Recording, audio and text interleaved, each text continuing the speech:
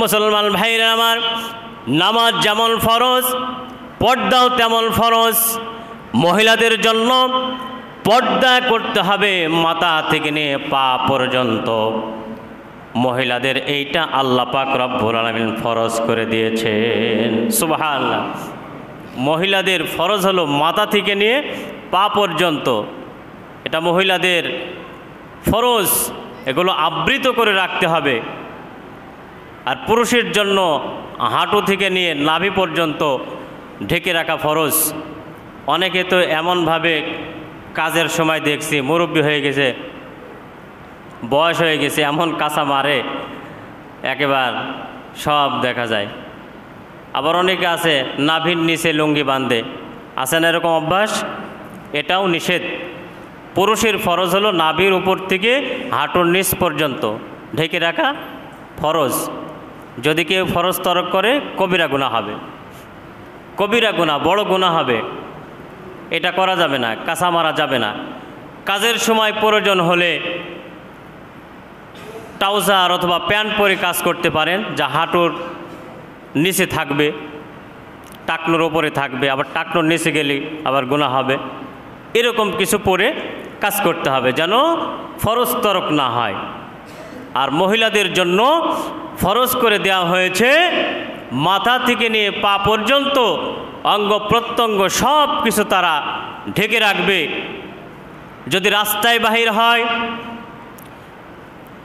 ওই মহিলা বুরকা পরে পর্দা করে বাহির হবে, শুধু চোখটা খোলা থাকবে, চোখ দিয়ে রাস্তা চলতে পারে এরকম একটা পরিবেশ সৃষ্টি করতে হবে।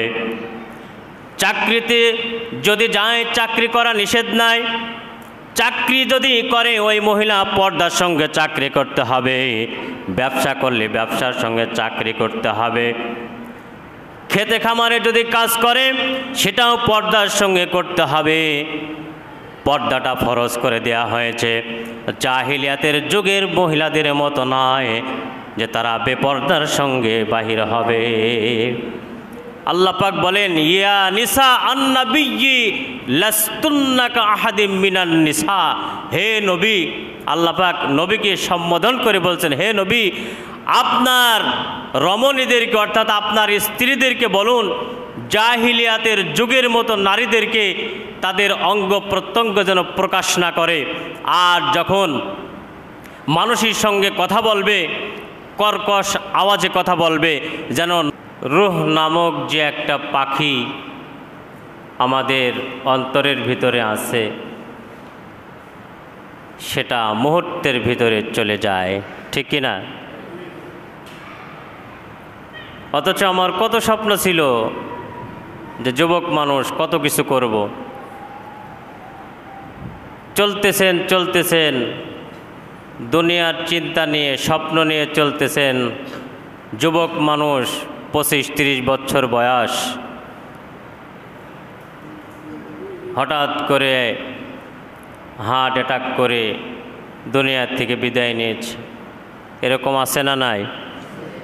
বিবাহ শাদী করে নাই, কৈশোর বয়স, বিবাহ করব, লেখাপড়া করব, চাকরি বাকরি করব, কত কিছু স্বপ্ন, তার আগে দুনিয়ার থেকে বিদায় নিয়েছে। এরকম আছে না নাই? বহুত আছে। তাহলে হায়াতের মালিক যেমন আল্লাহ, মওতের মালিকও। মওতের মালিক যদি বান্দা হতো তো বান্দা বলতো, আমার শরীরে সব রক্ত দিয়ে দেব, আমাকে বাঁচায় রাখো, ঠিক কি না? আমার গাড়ি বাড়ি যা কিছু আছে সব দিয়ে দিব, তারপর আমি বেঁচে থাকি। মানুষ এই চিন্তা করত, ঠিক কি না? কিন্তু এগুলো সব দেয় আল্লাহ, দিয়ে পরীক্ষা করেন। কি করেন? পরীক্ষা।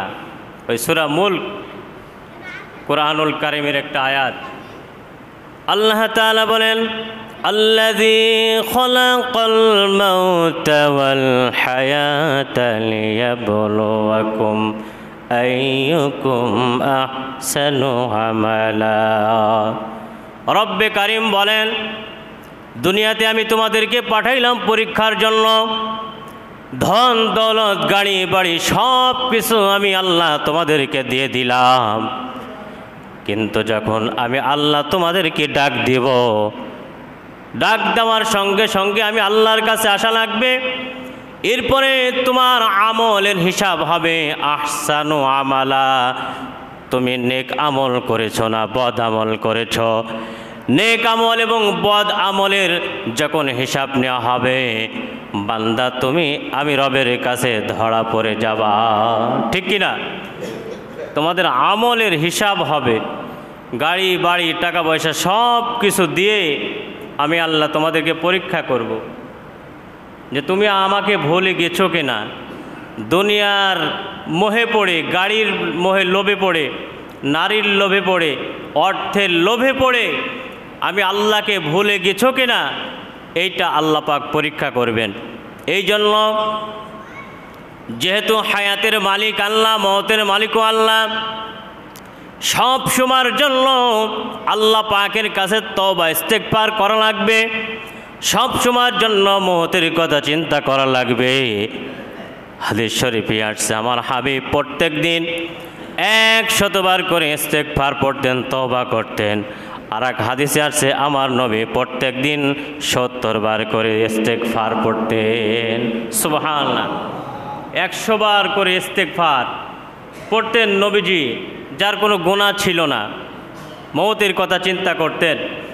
প্রত্যেক দিন যদি 100 বার মওতের কথা চিন্তা করে, ওই মানুষটা কি আর গুনার কাজ করতে পারবে?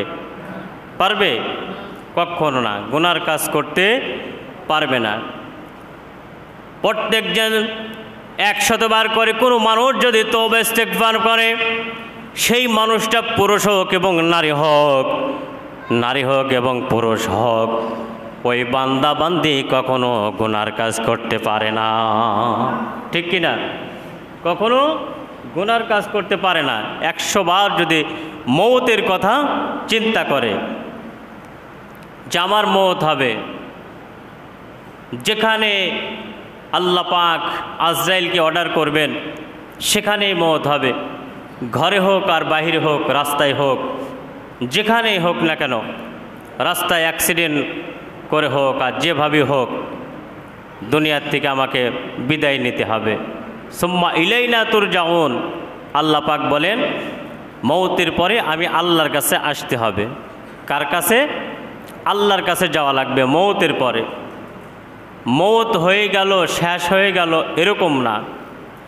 আমি আপনি যা কিছু করি না কেন সব হিসাব আল্লাহর কাছে দেওয়া লাগবে। 5 ওয়াক্ত নামাজ আমাদের জন্য আল্লাহ পাক দিয়েছেন। 5 ওয়াক্ত নামাজ যদি আমি আপনি না পড়ি, এর জবাব আল্লাহর কাছে দেওয়া লাগবে।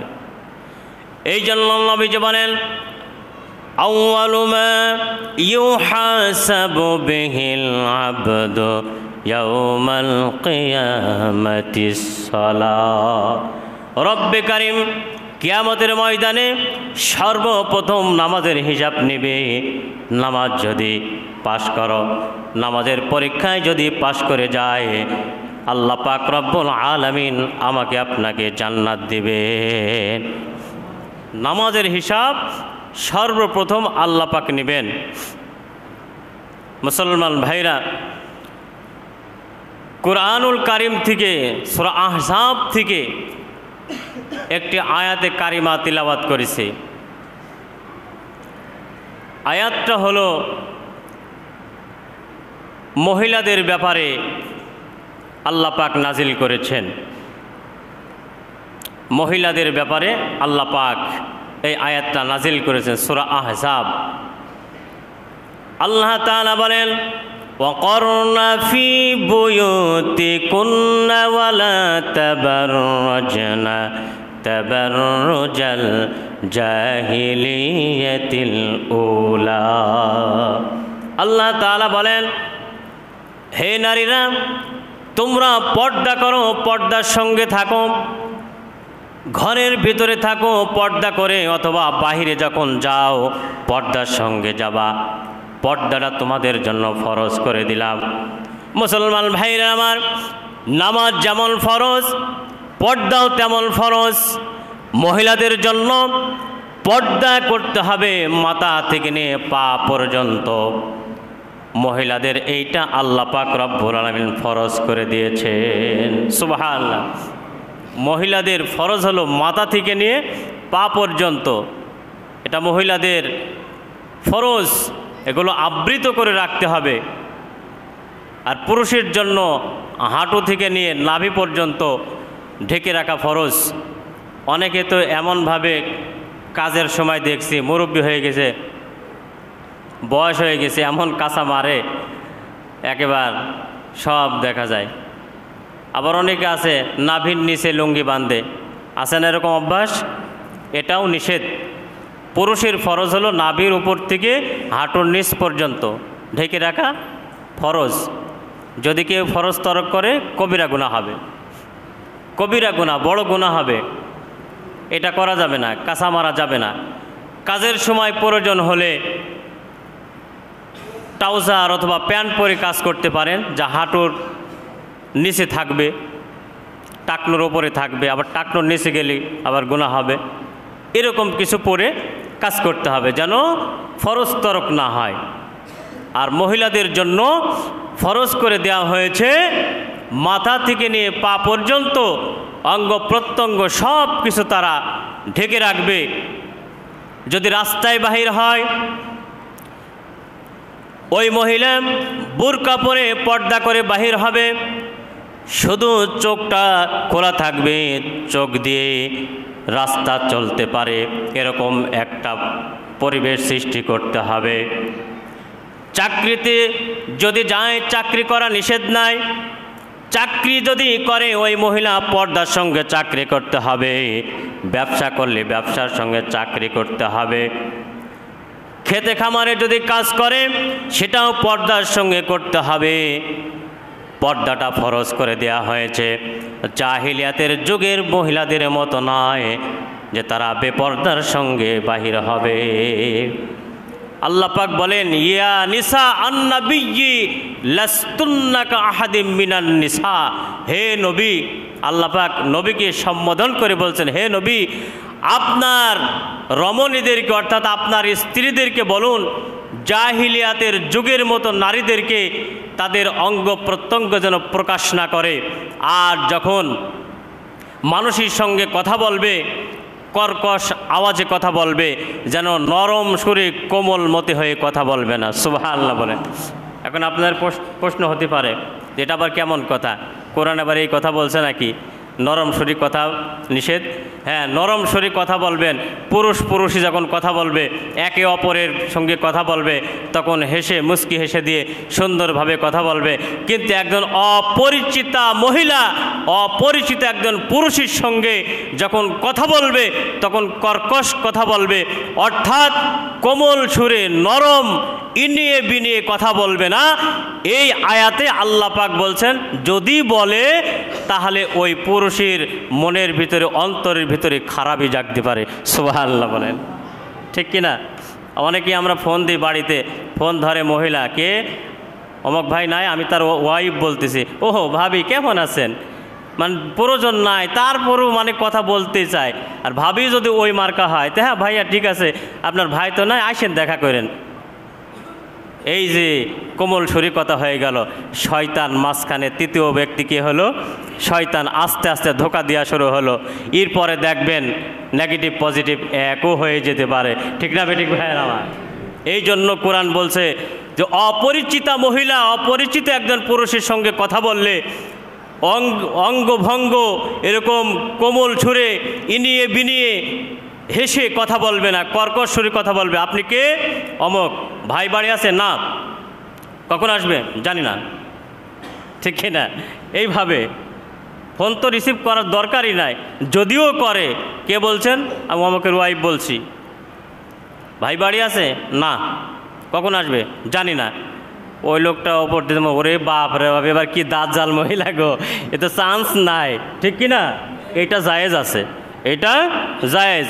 সূরা আহজাব সূরার প্রথম পৃষ্ঠায় খুলে দেখেন, ইয়া নিসা আন-নাবিয়্যি লাস্তুন্না কা আহাদিম মিনান নিসা।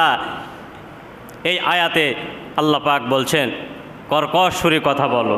সুবহানাল্লাহ বলেন। মহিলাদেরকে এরকম নয় যে ঘরের ভিতরে আটকে রেখে পর্দা করতে হবে, এরকম না। ইসলাম এত কঠিন না, এত কঠিন না। মানলি সহজ, সুবহানাল্লাহ বলেন। আমরা অনেকে বলি যে ইসলাম এত কঠিন, মহিলাদেরকে পর্দা, হ্যাঁ এই জাহিলা আগের যুগের এই ইসলাম কি মানা যায়? বলে কি বলে না? অনেকে বলে আগের যুগের ইসলাম না, এটা রসুলের যুগের ইসলাম, ইসলামই সঠিক ধর্ম। চিৎকার দিয়ে বলে সুবহানাল্লাহ। মুসলমান ভাইরা, মহিলারা সব কাজ করতে পারবে পর্দার সাথে, ঠিক কিনা? মুসলমান ভাইরা আমার, 4 জন মহিলা এরকম আল্লাহর কাছে সব থেকে প্রিয় ছিল।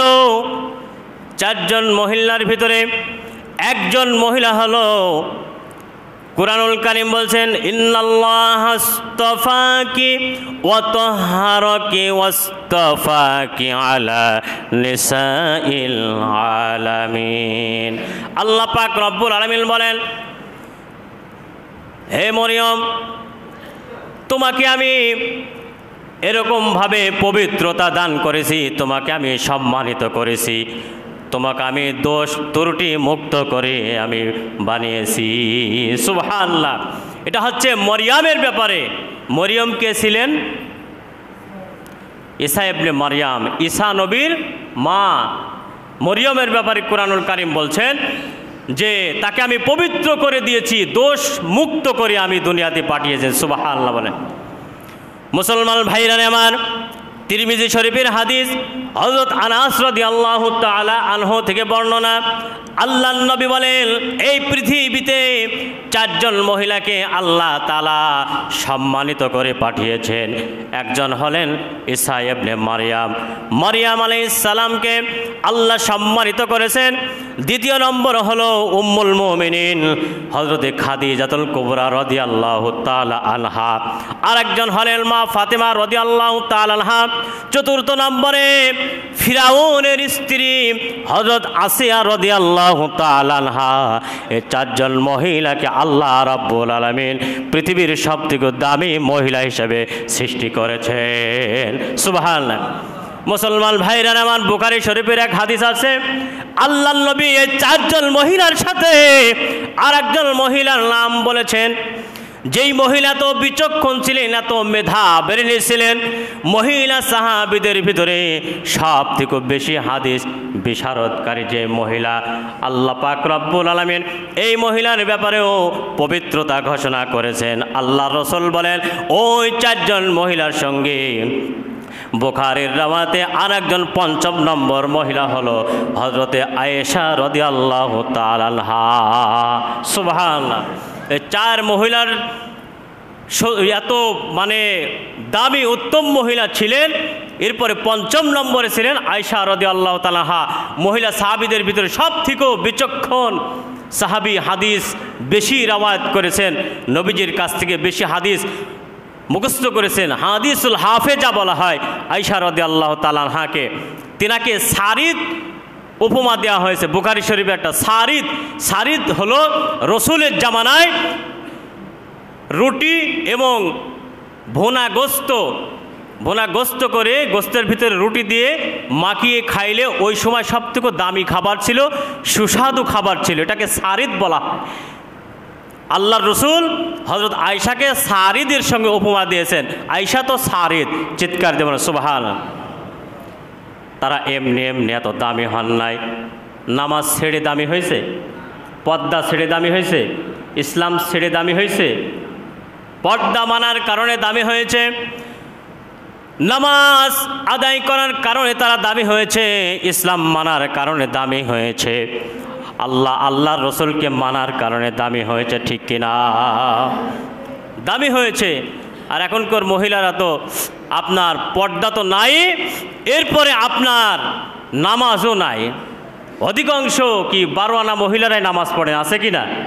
এরকম আল্লাহ পাক বললেন পর্দার আয়াতের শেষের অংশে আল্লাহ তাআলা বলেন, ওয়াকিমনাস সালাতা ওয়া আতিনাস যাকাতা ওয়া আতিনাল্লাহা ওয়া রাসূলা।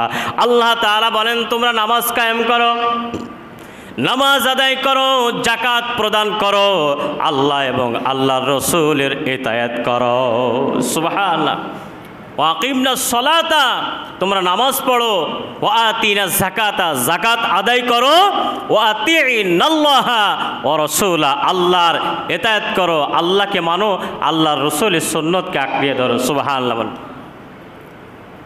অধিকাংশ মানুষ, অনেকে বোরকা পরে বাজার ঘাটে যায় কিন্তু নামাজ পড়ে না, আছে না নাই? বেনামাজি, এই সমস্ত বেপর্দা, এই সমস্ত নারীদেরকে বলা হয় দায়ুস মহিলা। দায়ুস কি মহিলা? দায়ুস মহিলা। এদের কোনো দোয়া আল্লাহ কবুল করবে না। অথচ আল্লাহ রসুল বলেন, আল্লাহ রসুল সাল্লাল্লাহু আলাইহি ওয়াসাল্লাম বলেন, মহিলাদের 4টা কাজ করলেই তারা জান্নাতে যেতে পারবে, জান্নাতে প্রবেশ করতে পারবে। 1 নম্বরে হলো নামাজ পড়বে, 2 নম্বরে রোজা করবে, 3 নম্বরে পর্দা করবে, 4 নম্বরে স্বামীর আদেশ মোতাবেক চলবে, 5 নম্বরে হজ ফরজ হলে হজ করবে। সুবহানাল্লাহ। পুরুষদের অনেক দায়িত্ব, মহিলাদের এই 5টা কাজ করলে জান্নাতে যেতে পারবে। 1 নম্বরে নামাজ, এরপরে রমজান মাসে রোজা, এরপরে হলো পর্দা। পর্দা এত দামি, একবার হুসাইন আহমদ মাদানী রহমাতুল্লাহ আলাই, তিনি ট্রেনে সফর করতেছেন, ট্রেনে যাচ্ছেন, যাইতে যাইতে এক স্টেশন থেকে একজন ইংরেজ তার স্ত্রীকে নিয়ে উঠছে। তার স্ত্রী অর্ধ উলঙ্গ স্ত্রী, সুন্দরী স্ত্রীকে নিয়ে উঠছে। হুসাইন আহমদ মাদানীকে দেখে তার সামনের সিটে বসতে দিছে। হুসাইন আহমদ মাদানী দেখেই চোখটা নিচু করছে। আর ওই ইংরেজ টিটকারিমূলক এরকম কথা বলছে যে মৌলবীরা বলে যে হলো পর্দা করতে হবে, মহিলাদেরকে ঘরের ভিতরে থাকতে হবে, এইটা কি মানা সম্ভব? এই যে গরম পড়ছে, এই গরমের ভিতরে পর্দা মানা সম্ভব?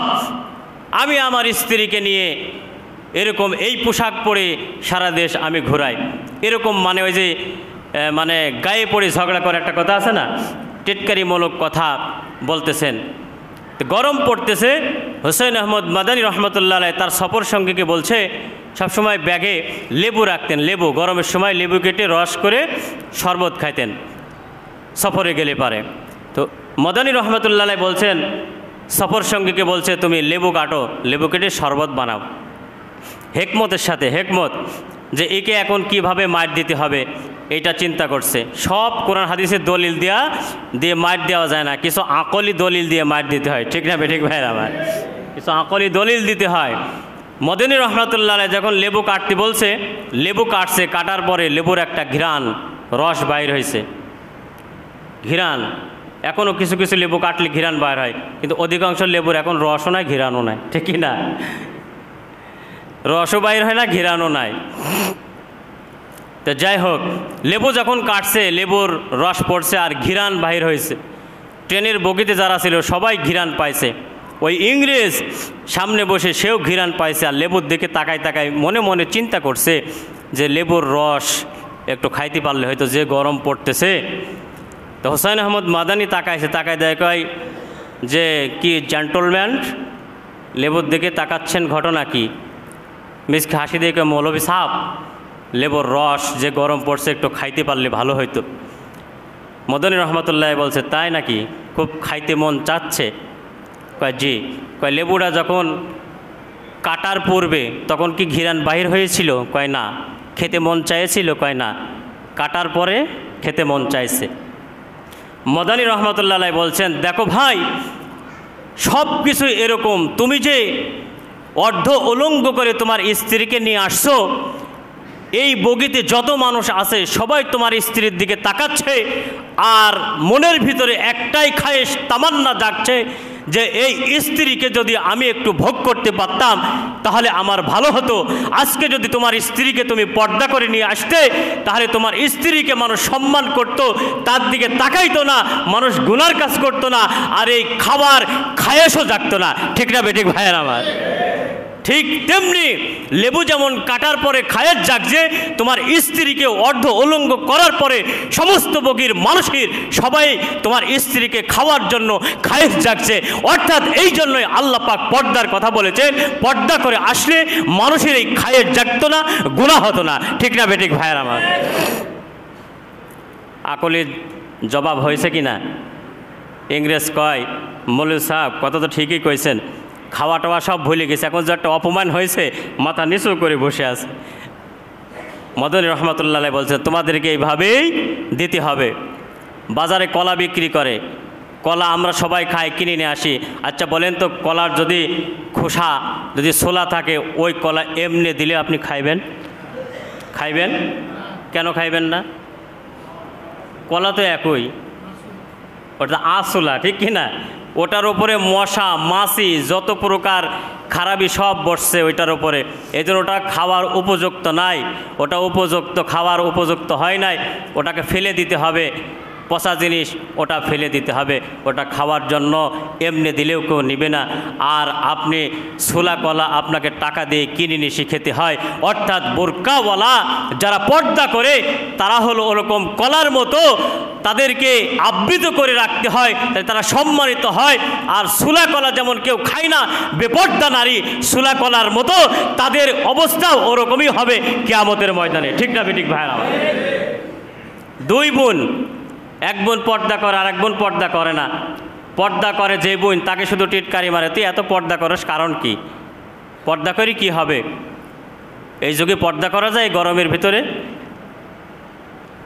তা বোন বলছে দেখো, একটা হলো স্বর্ণ আর একটা রূপা, যদি তুমি এরকমভাবে ওখানে কোনো জায়গায় রেখে দাও তাহলে তোমার আগে ধরবে কোনটা? বলছে স্বর্ণ আগে ধরবে, স্বর্ণটা আগে নিয়ে নেবে, রূপাটা নেবে না। তাহলে কি করতে হবে? স্বর্ণটা ঢেকে রাখতে হবে, ওটা মূল্যবান জিনিস, ঠিক কি না? মূল্যবান জিনিস স্বর্ণটা ঢেকে রাখতে হবে। আর লোহাটা মূল্যবান জিনিস না, ওটা নিয়ে যায় জায়গা, ওটা মানুষ অত গ্রাহ্য করে না, অত দেখে না। অর্থাৎ স্বর্ণ যেহেতু নিয়ে যাবে ঢেকে রাখতে হয়। এই জন্য আল্লাহর এই জমিনে যে সমস্ত হক্কানি বান্দি আছে যারা পর্দা করে নামাজ পড়ে, তাদেরকেও ঢেকে রাখতে হয়। তা না হলে ওই স্বর্ণের মতো লোহার মতো তাদেরকেও মানুষ এরকম নিয়ে যায়। ঠিক না বেঠিক ভাইয়ের আমার? এই জন্য পর্দা আল্লাহ পাক ফরজ করে দিয়েছে। মুসলমান ভাইরা আমার যেই কথা বলছিলাম, নবীজি বলেন 3 নম্বরে হলো পর্দা করতে হবে, পর্দা। 4র্থ নম্বরে স্বামীর কথা আদেশ মোতাবেক জীবন যাপন করতে হবে। স্বামী যদি বলে কেনে বসে থাকো, বসে থাকতে হবে। স্বামী যা বলবে স্বামীর কথা মতো চলতে হবে, ঠিক কিনা? আর এখনকার মহিলারা স্বামীকে তো মানেই না, স্বামীকে ছাড়াই মার্কেট চলে যায়, বিভিন্ন জায়গায় চলে যায়, স্বামী জানেও না। আছে না নাই? বহুত আছে এরকম। স্বামী বলে এটা করো না, সে ওটা করে। স্বামীকে তুই তুকারি কথা বলে, এরকম এরকম আদর্শবান মহিলা আছে না নাই? আদর্শবান না বেহায়া? বেহায়া মহিলা। এই সমস্ত বেহায়া মহিলা স্বামীর উপরে কথা বলে, স্বামীর সঙ্গে বিয়াদবি করে, স্বামীর কথা মতো চলে না। এই সমস্ত মহিলাদের কারণেই দুনিয়াতে আজকে সমস্ত যুবকরা এরকমভাবে গোলাগার হয়ে যাচ্ছে। ঠিক না বেঠিক ভাইরা আমার? এই জন্য নবীজি বলেন মৃত্যুর সময় মহিলাদের মতো এরকম ভ্রান্ত এরকম মহিলা এরকম কিছু আমি আর পৃথিবীতে থুয়ে গেলাম না। অর্থাৎ ফেরকার উস্তাদ হলো মহিলারা, মহিলারা হচ্ছে ফেরকার উস্তাদ। এই জন্য আল্লাহ নবী হাদিস শরীফে বলেন আদ-দুনিয়া ও কুল্লুহা মাতা ও খায়রু মাতা'id দুনিয়া আল মারআতু সালিহা। আমার নবী বলেন এই तमाम পৃথিবীটা একটা সম্পদ। এই পৃথিবীর মধ্যে যত দামি দামি সম্পদ আছে, হীরা মনে মুক্তা জহর পান্না বলেন, এই সম্পদের ভিতরে 1 নম্বর মূল্যবান সম্পদ হলো মানুষের নেক বিবি। সুবহানাল্লাহ। যত সম্পদ আছে দামি দামি, এর ভিতরে নেক অর্থাৎ দামি সম্পদ হলো নেক স্ত্রী, নেক বিবি। সে যদি ভালো হয় এর থেকেও ভালো আর পৃথিবীতে কিছু হতে পারে না। আর স্বামী স্ত্রীর ভিতরে যদি গন্ডগোল থাকে, মিল না থাকে, এর থেকেও অশান্তি আর কিছুই হতে পারে না। ঠিক না বেঠিক ভাইরা ভাই? যত টাকা থাকুক, পয়সা থাকুক, গাড়ি বাড়ি থাকুক, স্বামী স্ত্রীর ভিতরে যদি মিল না থাকে দুনিয়াতে কোনো শান্তি নাই। ঠিক না বেঠিক ভাইরা আমার? এই জন্যই নেক স্ত্রী, নবীজি আরও বলেন স্ত্রী মৃত্যুর সময় স্বামী যদি বলে আমার স্ত্রী নেক ছিল, নামাজ পড়তো, পর্দা করত, আমার স্ত্রী ভালো ছিল, আল্লাহ নবী বলেন ওই স্ত্রী যাবে জান্নাতে। সুবহানাল্লাহ। স্বামী যদি সাক্ষী দেয় আমার স্ত্রী ভালো ছিল, আমার স্ত্রী নামাজ পড়তো, পর্দা করতো, নেককার ছিল, আমার কথা মতো চলতো, ওই স্ত্রী জান্নাতে যাবে। সুবহানাল্লাহ বলেন। নবীজির জামানায় একজন সাহাবী তার স্ত্রীকে বলছে, আমি সফরে গেলাম, তুমি বাড়ির থেকে বাহির হবা না।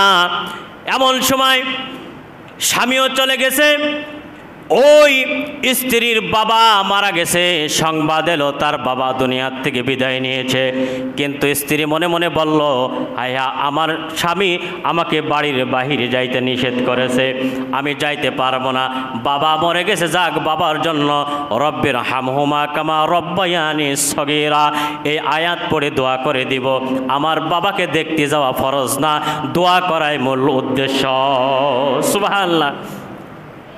স্বামী অর্ডার করে গেছে ঘরের বাহিরে যাবা না, স্ত্রী তার বাবা মারা গেছে তাও যায় নাই, চিন্তা করছে আমার যাওয়াটা ফরজ না, বাবার জন্য এখানে বসে দোয়া করলে দোয়াটাই কাজে লাগবে। সুবহানাল্লাহ বলেন।